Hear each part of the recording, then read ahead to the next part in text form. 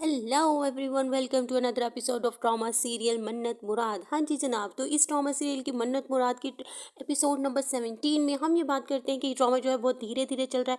हर episode में एक नया तमाशा, एक नई हर्डल्स जो है वो आ जाती है। सब कुछ इतने सीक्वेंस से चल रहा है कि वो दिखा रहे हैं एक नए शादीशुदा जोड़े की जो शादी है वो किस तरह से होती है। बिकॉज वो मन्नत जो है वो अपने घर में जो होती है बहुत लाडली होती है। अपने भाई, चारों भाइयों की एक बहन होती है। वो जिस तरह शुरू से हमें दिखा रहे हैं इस हाँ जी, हमें दिखाया जा रहा है कि मन्नत जो है वो अपने चारों भाइयों की बहुत ज़्यादा लाडली होती है। उसका बड़ा भाई जो है उसके लिए बहुत ज़्यादा पोसेसिव होता है। वो उसके लिए हर चीज़ करने के लिए रेडी हो जाता है। पहले तो दिखाया जा रहा था कि उसकी शादी करने के लिए भी रजामंद नहीं हो रहा था, बिकॉज फिर अब जाके रजामंद हो ही गया है। लेकिन वो बहुत ज़्यादा फील कर रहा है, उसकी दूरी जो है उसे बर्दाश्त नहीं हो रही है। तो ये सब चीज़ें जो है वो मन्नत के लिए काफ़ी हर्डल्स क्रिएट कर सकती हैं। आने वाली एपिसोड में कहा जाता है ना, excess of everything is bad. तो इस ड्रामा में हर चीज़ की एक्सेस दिखाई गई है। मुराद को दिखा रहे हैं कि मुराद की अम्मा और बहनें जो है उसकी तरफ से बहुत ज़्यादा पोजेसिव होती हैं, बिकॉज वो एक अकलौता वारिस होता है उनके घर का। तो इस पोजेसिवनेस को लेके दोनों फैमिलीज जो है वो बहुत ज़्यादा जो है ना इस चीज़ में पीक पे जा चुकी हैं कि उन दोनों को, मन्नत और मुराद को, वो अलोन नहीं छोड़ सकती। इस ड्रामा सीरियल में इस एपिसोड में हम देखते हैं कि इस एपिसोड में जो शादी के बाद जो है वो मन्नत का भाई जो है वो बहुत ज़्यादा पोजेसिव होता है और वो भी रो रहा होता है कि जो मन्नत जब वो एक ही दिन में जो है ना हमें भुला दिया है। और उस तरफ से जो उसकी अम्मा को देखते हैं, हर आए दिन जो मुराद की अम्मा जो है वो और ज़्यादा पोजेसिव हो रही है कि ये जो दुल्हन आ गई है ना, ये मेरा बेटा ना कहीं मुझसे छीन ले। इस वजह से वो इस चीज़ को देखने के लिए हर दिन एक नई जो है ना वो जिसे कह सकते हैं ना रेसिपी है, नई तरीका है, नई ट्रिक्स आजमा रही होती है। अब देखते हैं कि जो मन्नत हमारा जो है ना वो इस तरह से किस तरह से एडजस्ट करेगी इस फैमिली के अंदर।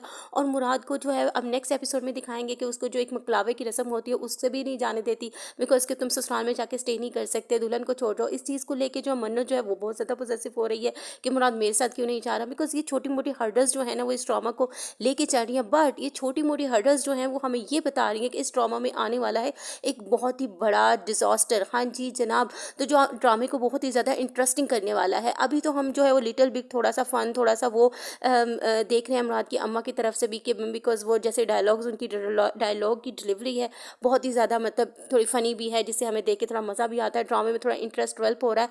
बट इन छोटी मोटी चीज़ों के साथ तो ड्रामा जो है वो सीक्वेंस से चल रहा है। लेकिन इन आने वाली एपिसोड के अंदर मुझे ऐसा लगता है कि ये ड्रामा जो है ना बहुत बड़ा जो है वो डिजास्टर इसके अंदर आएगा कि मन्नत और मुराद के लिए बहुत बड़ी हर्डल्स आएंगी। उनके लिए टाइम जो है मैनेज करना बहुत ज़्यादा मुश्किल हो जाएगा। मुराद के लिए अपनी फैमिली को टाइम देना और अपनी मिसेस को टाइम देना बहुत ही ज़्यादा मुश्किल दिखाया जाता है। डायरेक्टर ने जिस तरह से सीक्वेंस से ये ड्रामा लिखा है तो वो इस तरह से अपने ऑडियंस को लेकर साथ साथ चल रहा है कि आगे जाके ये ड्रामा जो है ना बहुत ज़्यादा इंटरेस्टिंग होने वाला है। जिसके बिकॉज इसमें दिखाया गया है कि छोटी छोटी बातें जो दोनों फैमिलीज की तरफ से होती है, ससुराल वालों और मेके वालों की तरफ से छोटी छोटी जो बातें होती हैं वो किस तरह से जाके आगे जाके एक बिग इश्यूज़ के बड़े डिजास्टर या बड़ी मिस्टेक की जो है ना वो बना देती हैं। इश्यूज़ बन जाते हैं। इन छोटी छोटी बातों को लेके इस ड्रामा में किस तरह से डिजास्टर पैदा हो गया। डायरेक्टर ने बहुत ही सीक्वेंस के साथ ये पूरी जिसे कहते हैं स्क्रिप्ट लिखी है। तो इसको देखने के लिए ना ऑडियंस को भी थोड़ा तहम्मुल चाहिए, बिकॉज ये दिखाया जा रहा है एक टिपिकल ससुराली फैमिली को पोर्ट्रेट किया है। डायरेक्टर ने बहुत ही ज़्यादा करीब से जाके टच किया है कि जो कुछ भी होता है, जैसे भी होता है, वो सब कुछ उसने दिखाने की कोशिश की है। बट जिस तरह से दिखाया जाता है ना ड्रामों में बिल्कुल डिफरेंट तरीके से कि मतलब वो ग्लैमरस इसमें नहीं दिखाया गया। मतलब बहुत ही ज़्यादा नेचुरल सी एक फैमिली दिखाई गई है। और हमारी टिपिकल फैमिलीज अमूमन होती भी इसी तरह की है। तो बिल्कुल एक नेचुरल ड्रामा हमें लग रहा है, एक नेचुरल सी स्टोरी लग रही है, बिल्कुल आर्टिफिशियल चीज़ नहीं लग रही है।